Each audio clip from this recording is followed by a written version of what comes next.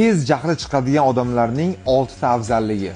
Birinchisi, ular nohaqlikka chiday olmaydi.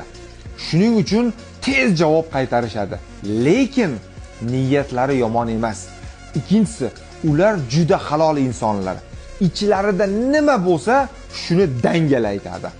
Uchinchisi, ularning qalblari toza, yomon niyatlari yo'q. To'rtinchisi, ular juda boshqalarni o'ylaydigan, yordam berishni xohlaydigan, boshqalarni dardi bilan yashaydi.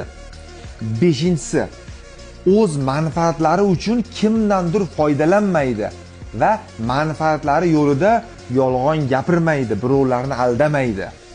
Oltinchisi, ular ichlarida gina saqlamaydi. Oson xafa bo'lishlari mumkin, lekin tez unutadi, tez kechirib yuboradi. Agar atrofingizda shunday insonlar bo'lsa, ularni qadrlang, ardoqlang. Bu videoni tez jahli chiqadigan yaqinlaringizga yuborib qo'ying. Bu videoda oxirigacha ko'rgan bo'lsanglar, akamizni umriga, rizqiga Alloh taolo baraka bersin. Shunaqangi odamlarning ichida nolasini ommaga olib chiqqani uchun Alloh rozi bo'lsin. Shunaqa insonlar ham bor. Ya'ni men o'zim shunaqaman. Tez jahlim chiqadi, tez xafa bo'laman, tez o'zimga kelaman. Chunki bizni Alloh taolo shunaqa yaratgan, shu tarzda biz o'lamiz. Shunaqa insonlar qalban birgamiz. Bu videoga bitta like bosib, kommentda o'z fikringizni qoldirib, shunaqangi tez jahli chiqadigan do'stlaringizga bu videoni yuborib qo'yamiz.